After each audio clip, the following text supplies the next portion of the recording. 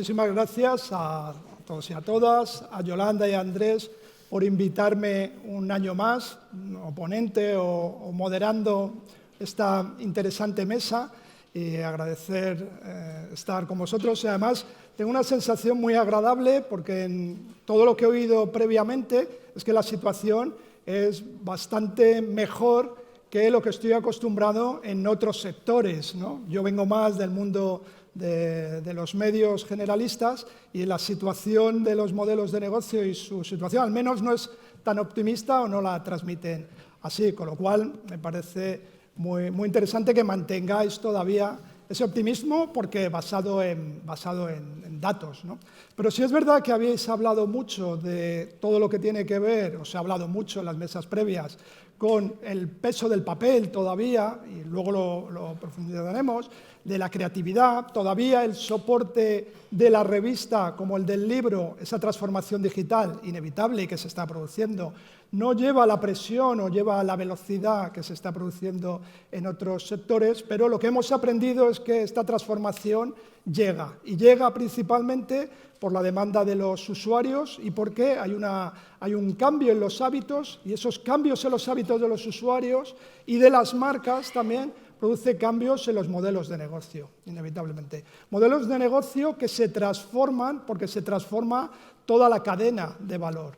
Estamos viendo, y además se transforma muy rápido con cada tecnología que llega. Estamos viendo ahora la emergencia de la inteligencia artificial generativa, que va a producir un vuelco también en los modelos de negocio. No sabemos aún, estamos viendo las noticias día a día, incluso de las transformaciones en esas organizaciones que acaban de nacer y cuál es su objetivo y sus valores, como se ha comentado anteriormente.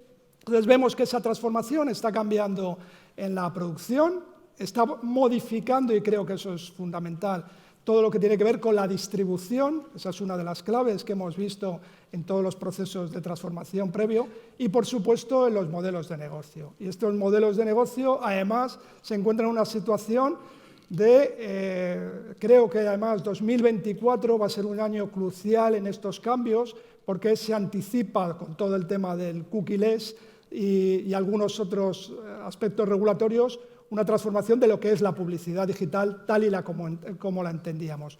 Con lo cual el ecosistema es muy variante, es muy variado, y de eso vamos a intentar hablar ahora con los expertos de cómo está afectando o cómo va a afectar a las revistas, ¿no? Tanto especializadas como más generalistas o de moda, que yo creo que también tienen diferentes variables por su relación con los usuarios y también con las marcas. Así que, si queréis, empezamos con una pregunta más genérica para ponernos en situación. ¿Cómo estáis viviendo? ¿Cuáles son ahora mismo vuestro split, vuestra diversificación de modelos de negocio? ¿Y cómo ha sido, sobre todo, en los 2-3 últimos años? Si quieres, empezamos por ti, Marc. Sí, a ver, en nuestro caso, como grupo editorial especializado en B2B, en Business to Business, nuestro foco principal de ingresos es, a día de hoy, el anunciante, las campañas de publicidad. Nosotros, al lector, no lo monetizamos de forma directa, es decir, las revistas son de distribución gratuita. Se distribuyen a una base de contactos que nosotros consideramos oportuna para cada revista sectorial que tenemos. Se distribuyen también en ferias sectoriales, a través de asociaciones, y bueno, también está la posibilidad de que cualquier lector o usuario particular pueda suscribirse, en este caso sí, pagando a cualquiera de las más de 80 revistas que tenemos. Sin embargo, es poco significativo. Nuestra fuente de ingresos principal es el anunciante. Al lector lo monetizamos de forma indirecta en concepto de audiencia, ¿no? Que es el gran reclamo comercial que tenemos para atraer a anunciantes y a campañas de publicidad. Dicho esto, teniendo esta casi única fuente principal de ingresos, tenemos varias líneas, que son, por un lado, las propias revistas, en las cuales bueno, pues hay formatos tradicionales de publicidad y de branded content. Luego también tenemos los medios digitales, la página web, una base de datos de más de 1 millón de registrados. Organizamos eventos propios, y desde hace unos meses tenemos integrado, digamos, desde la óptica de grupo, una agencia de comunicación y marketing que se llama Facoy, y que ofrece servicios de comunicación, de generación de contenidos, marketing de contenidos, gabinete de prensa, diseño gráfico, organización de eventos para terceros y también de apoyo comercial. Y a día de hoy esta es nuestra realidad. No tenemos todavía explotada la parte de muros de pago, de afiliación de membresías, pero es un camino que no descartamos para el futuro. María, esta primera aproximación. Bueno, en nuestro caso somos una empresa de 72 años de vida, es decir, que nacimos en aquella época en la que el principal ingreso de la compañía era los lectores que compraban revistas en el kiosco. Los anunciantes tenían un porcentaje de inversión menor en aquella época, eso fue cambiando y cada vez ingresábamos más por publicidad y menos por la venta de ejemplares. Y bueno, no solo en los últimos años, hace 20 años, desde una de nuestras publicaciones de deportes, por Life, empezamos a pensar qué podíamos hacer para que las mujeres hiciesen deporte en este país y creamos lo que hoy es la Carrera de la Mujer. La Marea Rosa es el evento femenino de deporte más grande de Europa. Y eso nos abrió un nuevo camino, ¿no? A ver que realmente la capacidad que teníamos como editores era la de generar o crear comunidades que tuviesen un interés muy fuerte en el contenido que estábamos publicando y que eso nos llevase a tener un contacto más directo con ellos, activándoles y no solamente haciéndoles llegar el contenido que estábamos generando. De ahí se abre un abanico enorme, ¿no? Por supuesto, todo lo que tiene que ver con el contenido digital, con el branded content, con nuestra comunicación a través de las redes sociales utilizando nuestras propias marcas y toda la explotación de la data que somos capaces de generar desde esa activación en eventos. Para que os hagáis una idea, este año cerraremos el año con la organización de 68 eventos en el entorno del deporte y del motor, con lo cual, bueno, pues hacia ahí es hacia donde pensamos que queremos seguir siendo influyentes en esas comunidades, queremos ayudarles a que sigan disfrutando de su afición o su pasión, lo queremos seguir haciendo con un alto conocimiento en cuanto al contenido, pero de todas aquellas formas que vayan siendo posibles a lo largo del futuro, ¿no? No nos limitamos en ello.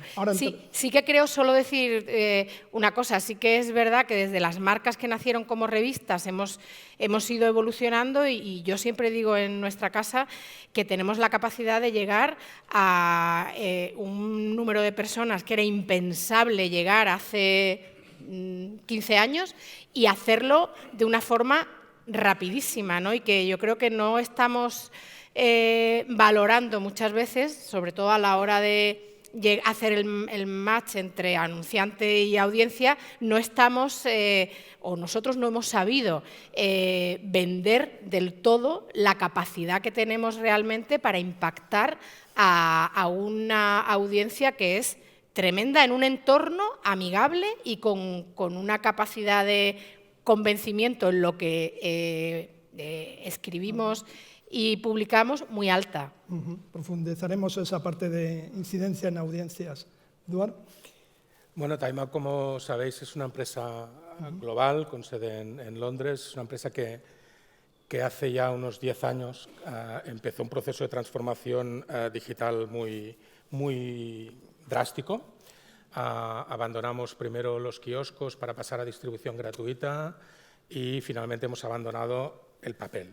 Hemos pasado a ser una marca 100% digital, pero en paralelo Time Out ha creado hace unos años ya una nueva división de negocio.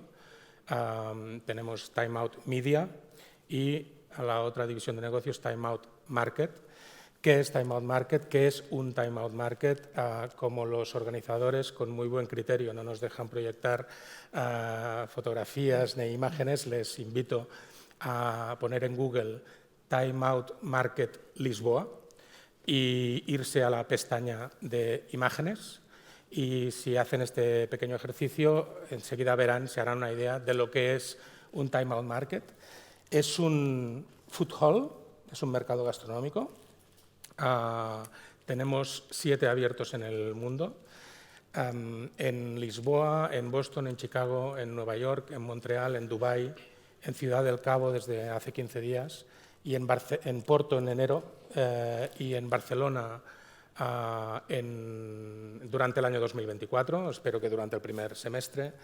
Son mercados gastronómicos, espacios físicos donde le prometemos al consumidor, a nuestra audiencia, lo mejor de la ciudad bajo un mismo techo. Es decir, la gran fortaleza de Time Out continúa siendo la capacidad de curación editorial, la capacidad de seleccionar qué es lo mejor de la ciudad, y en nuestros mercados gastronómicos presentamos una alineación de chefs que son en sus categorías respectivas los que Time Out considera que son los mejores en esa ciudad, y además todo eso lo rodeamos de un entorno de programación, de contenidos de programación cultural, con escenarios para música en vivo y actuaciones en vivo, con estudio de radio para podcast, con salas para presentaciones de libros, exposiciones, etc.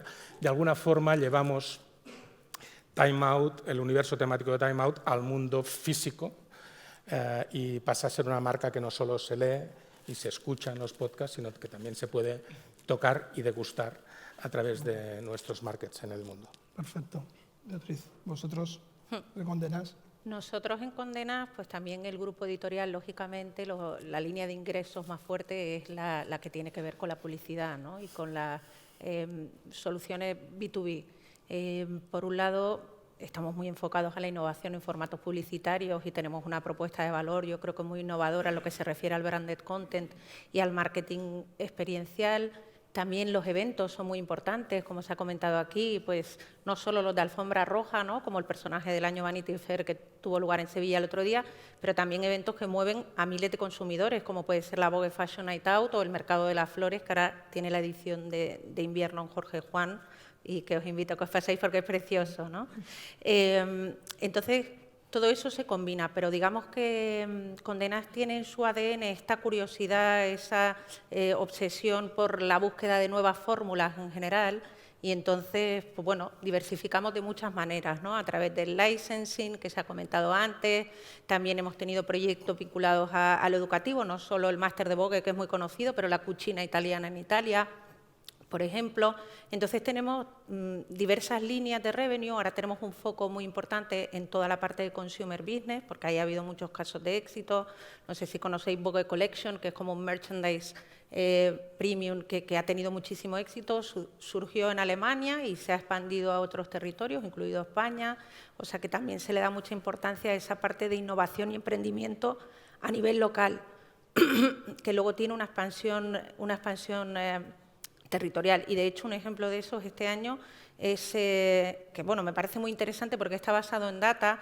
El Reino Unido ha lanzado un calendario de Adviento de belleza y artículos premium, que es una joya, la verdad, tiene un precio de 350 pounds, o sea que bueno, para los españoles, ¿no?, nos parece un poquito complicado.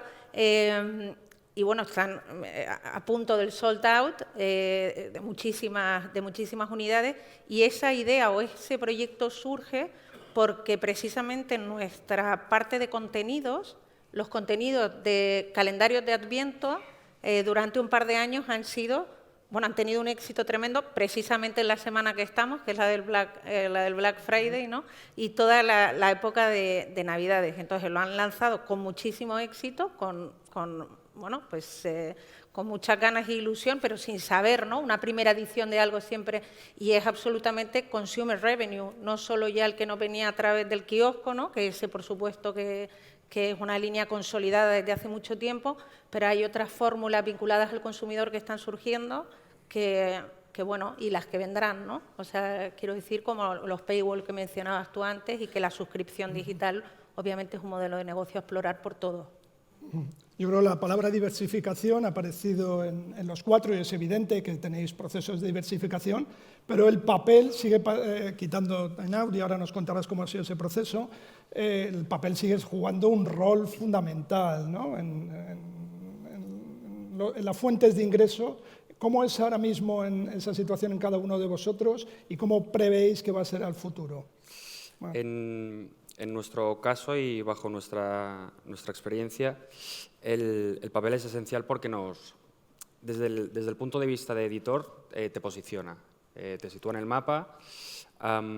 Blogs solamente digitales hay muchos, están las redes sociales, cualquiera, entre comillas, puede ser un generador de contenidos y difundirlo a través de los canales digitales, pero muy pocos o muchos menos tienen medios print. Y el hecho de tenerlo te posiciona y te consolida dentro de un segmento de mercado. Nosotros, cuando hemos intentado hacer algún experimento de entrar en algún nuevo sector solamente desde digital, nos ha costado muchísimo. Y en cambio, con el papel que te da esa carta de naturaleza y pertenencia en el sector, siempre nos ha ayudado. Más allá de que muchas veces el anunciante te termine contratando acciones solamente digitales, porque a veces también ocurre que las campañas no son multicanal y las acciones que te contratan son solamente online. Pero te han considerado para contratarte esas acciones online por el hecho de tener papel, porque te consideran que estás especializado, que dispones de unos recursos. Y en ese sentido nosotros lo consideramos esencial y creemos que va a perdurar para mucho tiempo, ¿no? María, bueno, yo creo que te da una posición de credibilidad y de fortaleza de marca, ¿no? Y al final lo vemos, incluso Amazon termina comprando una línea de supermercados para tener algo físico, o sea, la relación física de tu audiencia con tu contenido, yo creo que es un valor fundamental, ¿no? Y vemos ese viaje al contrario, o sea, vemos medios que nacen en el entorno digital y que terminan yéndose al entorno físico porque algo tiene el papel. Yo siempre pongo el mismo ejemplo. He recibido más de una llamada por algo que hemos publicado en papel que no ha gustado a la marca. Por lo que publicamos en digital no suelo recibir ninguna llamada. Bueno, no recibo ninguna llamada. Cuando haces una entrevista en papel, el entrevistado lo valora de una forma muy especial. Cuando tú haces una entrevista en digital, pasa desapercibida. Es como, no lo llevo conmigo, no lo puedo enseñar. Y eso dice mucho de la fortaleza que tiene la marca en el entorno físico. No solo en el entorno digital. Pero quería hacer hincapié en la parte de negocio. ¿Cuánto de ingresos sigue representando de cara a las marcas? En la parte de negocio, en nuestro caso, hemos crecido tanto en eventos y en la organización de grandes eventos que ahora mismo la parte de ingresos en digital, desde el año 2020, desde la pandemia, o sea, la parte de negocio, contenido voy a hablar, tanto print como digital, en nuestro caso se ha caído pues en un 70%. O sea, que quiero decir que somos un sector que estamos fuerte porque invertimos mucho en transformarnos, pero que no nos olvidemos de que la parte, el núcleo duro y el corazón de donde venimos, necesitamos seguir dándole fuerza y alimentándolo. Y para eso creo que todos los que formamos parte del sector tenemos que tener esto en cuenta. Claro. O sea, es la experiencia de Bea y luego pasamos precisamente a los que habéis abandonado para ver otra parte de la moneda. Bueno, para nosotros print es fundamental, está en el centro de nuestra estrategia también. Desde el punto de vista de negocio sigue siendo muy importante, si bien es cierto que su porcentaje, su peso relativo es menor por el crecimiento de otras áreas de negocio, ¿no? Y obviamente el digital y de otras plataformas, como pueden ser los eventos y toda la parte de diversificación de IP, de licensing, etcétera. Aún así, tenemos bastantes alegrías. O sea, nosotros, por ejemplo, podemos decir que la publicidad print en determinados títulos crece. O sea, que estamos ese momento dulce del que hablabais antes, ¿no? Sí que es cierto que a lo mejor hay que decir que este año hay una vuelta a la apuesta por el negocio print, que creo que se está notando muchos grupos editoriales, no solo en el caso de Condé Nast. Y entonces, pues bueno, eso se traduce en números. En paralelo también tengo que decir que ese revenue, que no solo es el publicitario, no nos debemos ceñir a eso, en la parte de consumer pues también hay títulos que van a crecer en difusión en el año natural, todavía no. Hasta que no sale los de OJD, nada es real, ¿no? Hay que decirlo así, pero las estimaciones que nosotros barajamos es que en el año natural 23 hay títulos que crecen, lo cual es también absolutamente inédito, ¿no? Entonces sí que convive esa... Bueno, yo distinguiría, y me gustaría distinguir, ya que estamos en familia, entre la posición de mi empresa y la mía personal sobre el tema del papel. Es evidente que Disclaimer. es evidente que mi empresa no cree en el papel hasta el punto que decidió empezar un proceso de cerrar el papel siendo negocio el papel. Yo creo que esto tiene que ver con el hecho de que somos una empresa cotizada en bolsa, en la Bolsa de Londres, que en el mercado bursátil las compañías solo digitales cotizan mejor, ¿vale? Y por tanto se tomó esta decisión estratégica. Yo, como editor que soy de vocación, soy un enamorado del papel, pero creo que el papel cada vez más va a tener un rol como objeto, ¿no? Como producto premium, como producto objeto, como algo de lo que sentirse orgulloso, como algo a través de lo cual trabajar la reputación de tu marca y el posicionamiento de tu marca en el mercado, y no tanto un papel en el negocio, en el revenue de nuestras marcas. Desde ese punto de vista yo continúo siendo un partidario absoluto del papel, y siempre que podamos en Time Out España y Francia haremos productos de papel de este tipo, no orientados forzosamente al revenue, sino al posicionamiento de marca y a trabajar y alimentar la reputación de Time Out como prescriptor y curador editorial. Estoy muy de acuerdo con lo que dice Eduardo, yo creo que no. María también asiente. Totalmente. Porque la revista, por un tema de hábitos de consumo que han salido esta mañana, o sea, se irá dirigiendo a ser más de nicho, pero con esas capacidades inmersivas en la hora del consumo, de ese contacto y de ese impacto súper cualitativo, esa relación de intimidad que no tienes con otras plataformas, otros medios. Entonces, el valor va a ser seguir siendo muy alto, ¿no? Y la propuesta de valor altísima, con lo cual merece la pena apostar, pero se irá adaptando y convirtiendo en un objeto de culto posiblemente en ese sentido, y más de nicho y más premium. Pero al mismo tiempo hay una demanda también del anunciante principalmente, del usuario y del anunciante, por vincularlo todo lo que es la publicidad al performance, y ahí forma parte el data como algo súper relevante, ¿no? ¿Cómo confluyen esos mundos que tenéis infinidad de marcas en papel, pero al mismo tiempo hay una demanda de una capilarización de datos de mucha exigencia? ¿Cómo confluyen esos dos mundos dentro de las compañías? Esta es la gran dificultad que tiene el papel y que en muchos casos nos exigen las agencias y por ende los propios anunciantes. El valor o el retorno de esa inversión que están haciendo contigo en la parte digital es relativamente fácil de medir en cuanto a impactos, en cuanto a descargas de catálogos, de PDFs, de revistas, de clics, de impresiones, etcétera.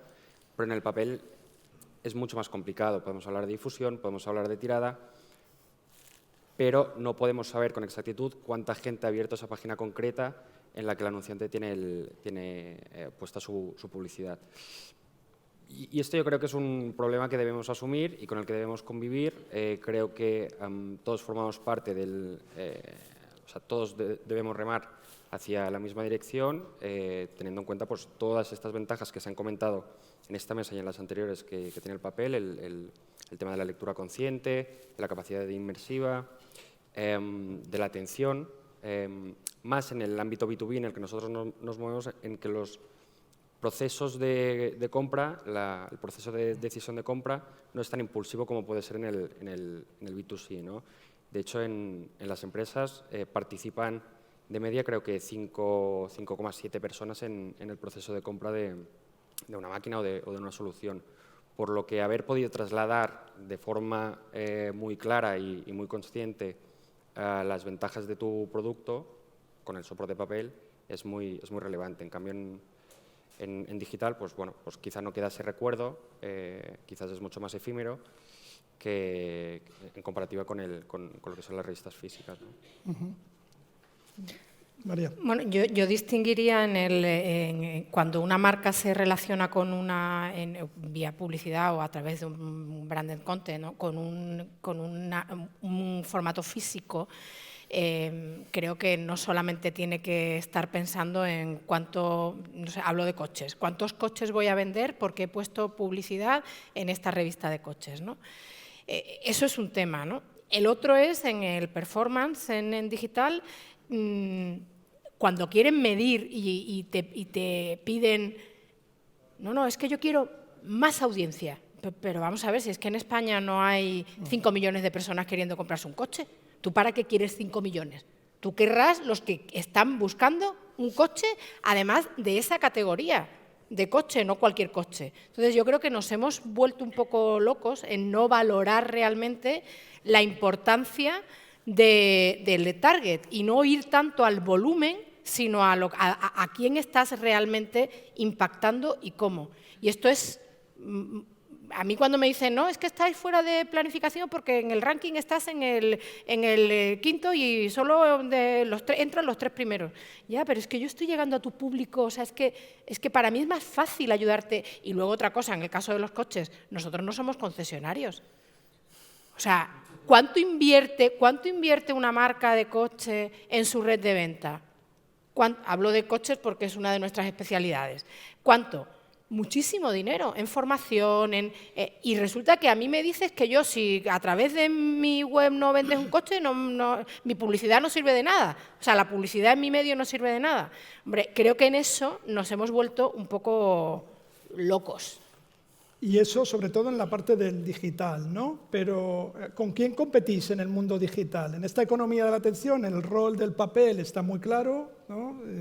Como hablamos, la presión del tiempo es menor, la presión del anunciante incluso es menor, como decís, pero el digital se abre y competís con todos.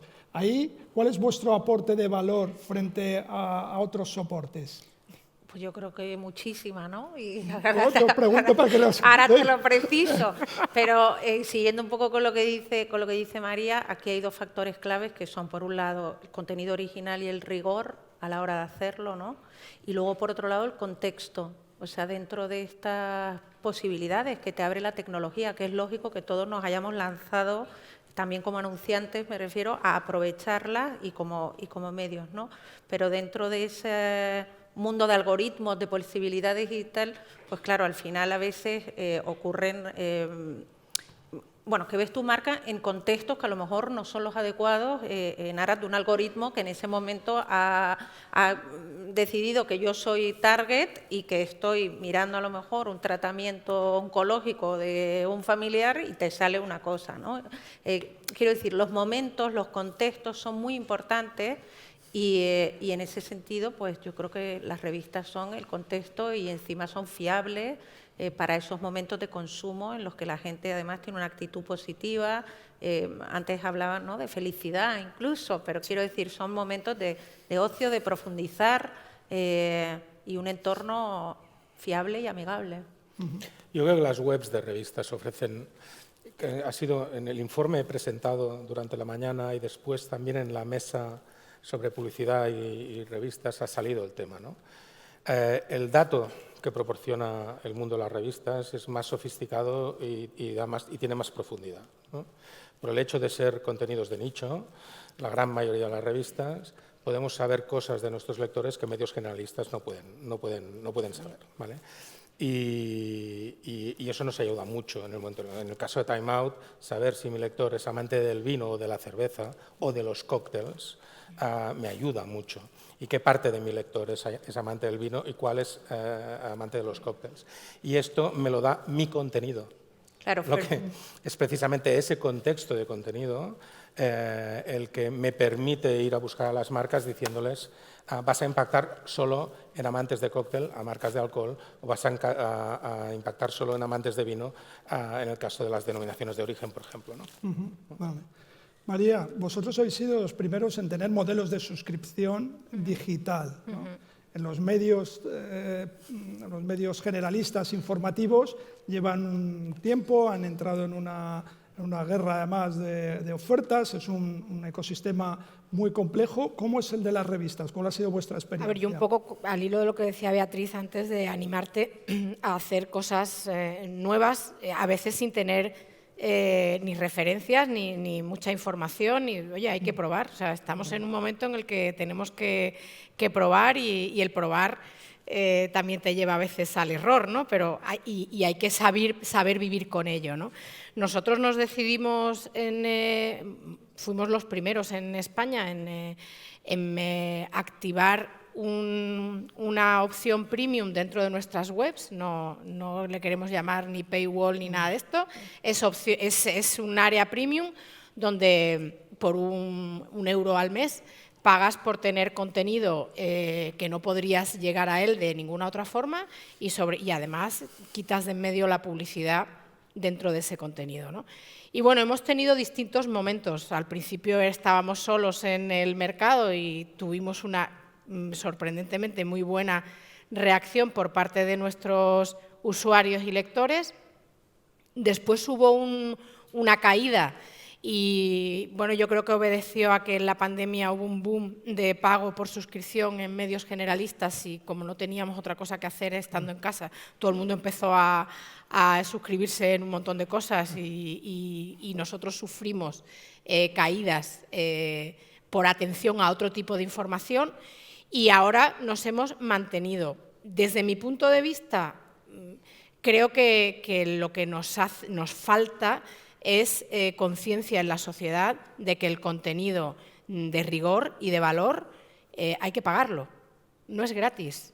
Detrás hay personas, hay grandes profesionales, talento, que tienen su puesto de trabajo que hay que pagar y pagar bien, porque desgraciadamente hemos entrado también en una deriva en la que todo esto nos lleva a no poder, o sea, los empresarios, no poder pagar lo que nos gustaría pagar a nuestros empleados por el trabajo que hacen. No es una cuestión, es que hay veces que no se puede. Entonces, sí que creo que deberíamos hacer llegar a la sociedad y a la gente joven, sobre todo, que el contenido de calidad hay que pagar por él. Y para tener una buena información, hay que pagar por ella. Y eso nos hará libres, además, también, ¿eh? Estoy de acuerdo. Yo estoy totalmente de acuerdo en que el contenido de valor hay que pagarlo y hay que monetizarlo. Sin embargo, desde la vertiente B2B, teniendo en cuenta que las audiencias son mucho más de nicho, mucho más reducidas, eso en algunos aspectos puede conllevar ciertos riesgos. De las más de 80 revistas que nosotros tenemos, algunas son tan específicas que competimos contra nosotros mismos. Es decir, no hay otra revista en España o en el mercado Iberia de ese mismo sector, ¿no? Podría poner como ejemplos la revista de ascensores y montacargas, revista de licencias, revista de juguetes, es decir, revistas ultra nicho en que la audiencia es, digamos, muy cualitativa, es muy especializada, pero no son grandes volúmenes, por lo que distribuir solo este contenido a aquellos suscriptores que estén dispuestos a pagarte por ello puede ser, en algunos casos, un poco arriesgados. Eso no implica que para otros sectores más amplios, como podría ser el ámbito de la construcción o de la agricultura, sectores primarios, sí que se puedan monetizar ciertos contenidos, monetizar ciertos lectores con información pues, muy relevante, tipo estudios originales, informes que podamos hacer, etcétera. Pero por lo general sí que hay que darle el valor que tienen los contenidos originales que elaboran nuestros periodistas. Sí, sobre el pago por contenidos, ¿no? Aquí un par de reflexiones a partir de nuestra experiencia en Time Out. Nuestro contenido es gratuito, pero siempre hemos tenido muy claro que las marcas vienen a Time Out no solo porque tengamos una audiencia masiva en entornos urbanos concretos, en nuestro caso en España, Barcelona, Madrid, París también, sino porque saben que nuestra audiencia se fía de nosotros, ¿vale? Es decir, saben que nuestra audiencia nos sigue porque si nosotros decimos tal restaurante no te lo puedes perder o tal exposición no te la puedes perder, es porque realmente creemos eso, porque hemos estado en ese restaurante, porque hemos ido a esa exposición. ¿vale? Por tanto, el contenido, incluso cuando es gratuito, es absolutamente clave para atraer al anunciante. Punto 1, primera reflexión. En segundo lugar, nosotros vemos en el futuro una vía de contenido de pago en el canal newsletter. En el mundo de la recomendación de autor y exclusiva, ¿vale? El autor, por tanto, es alguien que es alguien identificable, que puede ser la marca también, ¿eh? Time Out es alguien, pero también sus críticos son alguien. Y la recomendación exclusiva, es decir, aquello que vas a recibir por newsletter en tu correo electrónico, no está en la web, no está en las redes, no está en ningún otro sitio. Y por tanto, no utilizar el newsletter como un traffic driver hacia la web, que es una tentación que tienen muchos editores y que yo creo que es un error, sino utilizar el newsletter como un contenido en sí mismo, ¿vale? Y creemos que ahí hay una oportunidad de monetización del contenido directamente con el lector. Es muy interesante. Y ahí abriendo a otros canales, hablabais también antes del podcast, hablamos del vídeo, decías tú, María, que estabais probando todo. ¿Cuál es vuestra experiencia desde el punto de vista económico? Nuevamente, ya sabemos cómo distribución de contenido, pero pues que aterrizándolo en el los negocio. formatos no sirven por igual para cualquier tipo de especialización o contenido. O sea, sí que vemos que el podcast puede funcionar muy bien en el entorno del yoga, por ejemplo, que tenemos un vertical de yoga, pero no tan bien en el entorno de la automoción. Entonces, vamos probando y viendo dónde cada formato funciona tanto por la audiencia como por el anunciante. O sea, porque tenemos que tener la capacidad de con ese formato generar interés y una audiencia interesante para que sea interesante para el anunciante, ¿no? Y eso no funciona igual en todos los ni en todos los canales ni con todo el tipo de contenido. O sea que es o sea, para nosotros no hay una regla fija desde el punto de vista de negocio. Tenemos que ir probando y nos vamos quedando con lo que va funcionando mejor en función de esas audiencias. ¿Y hay una demanda por parte del anunciante de que exploréis o es simplemente vosotros que exploráis? Bueno, en el caso de Condena, o sea, por supuesto que existe esa demanda en el mercado, ¿no? Pero digamos que en nuestro ADN está y en nuestros valores de empresa la curiosidad. O sea, la innovación y la curiosidad. Entonces, esa vocación por la excelencia hace que intentemos explorar absolutamente todo y la creatividad, ¿no? que está ahí en el centro.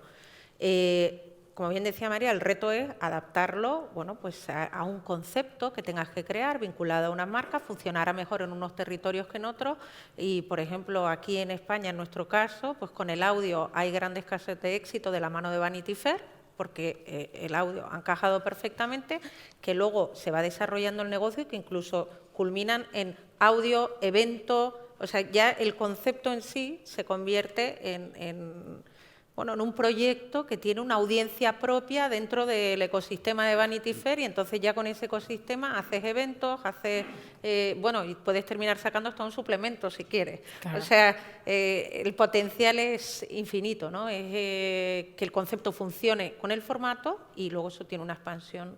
En relación con el mundo de los eventos, realmente también hemos descubierto, creo que todos estamos descubriendo el potencial bestial que tiene esto. Nosotros, en nuestro caso, en Time Out Barcelona, organizamos un festival gastronómico de fin de semana, cada año, anual, finales de mayo, y en este momento nos trae el 10%, en 2 días, el 10% de nuestra facturación anual de España, ¿vale? En 2 días.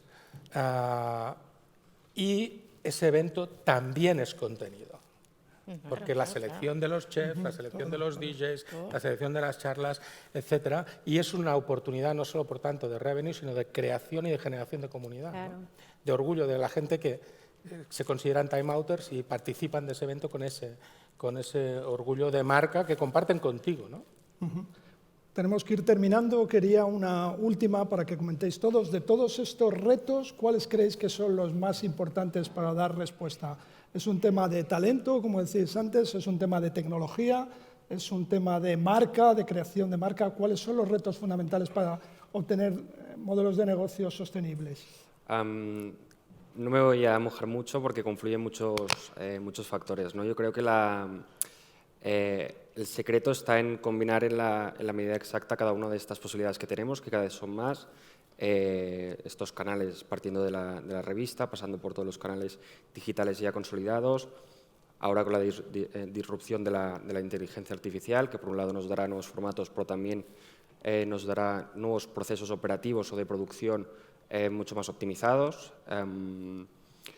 Bueno, es poco a poco ir viendo, como decía, como se comentaba antes, ir haciendo pruebas, ver cómo responde el mercado, ver también qué demanda el mercado de anunciantes, las agencias, y tener esa capacidad de innovación y adaptación que me parece, Pepe, que tú mencionas en alguno de tus libros, ¿no?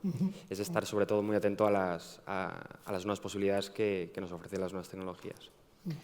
En nuestro caso, yo creo que la relevancia y la influencia, ¿no? Esa permanencia en el tiempo de la relevancia y la influencia hace que realmente generes negocio alrededor y que innoves y que puedas explorar todas esas plataformas o proyectos que surgen alrededor, ¿no?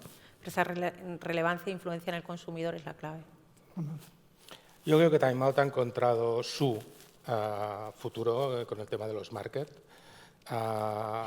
Su futuro empresarial con el tema de los markets, porque y van a abrir, tenemos 7, vamos a tener 10 próximamente y vamos a tener 25 en el año 2026 en todo el mundo, porque además no solo son un entorno de marca perfecto para mostrar lo que es Time Out, sino que desde el punto de vista de la gestión de cash, es mucho más interesante un negocio donde cobras al contado, un negocio donde cobras a 90 días o a 120, como es el de la publicidad, ¿no? Y por tanto creo que, digamos, aunque no creo que dejemos de innovar, creo que el eureka de Time Out está hecho ya.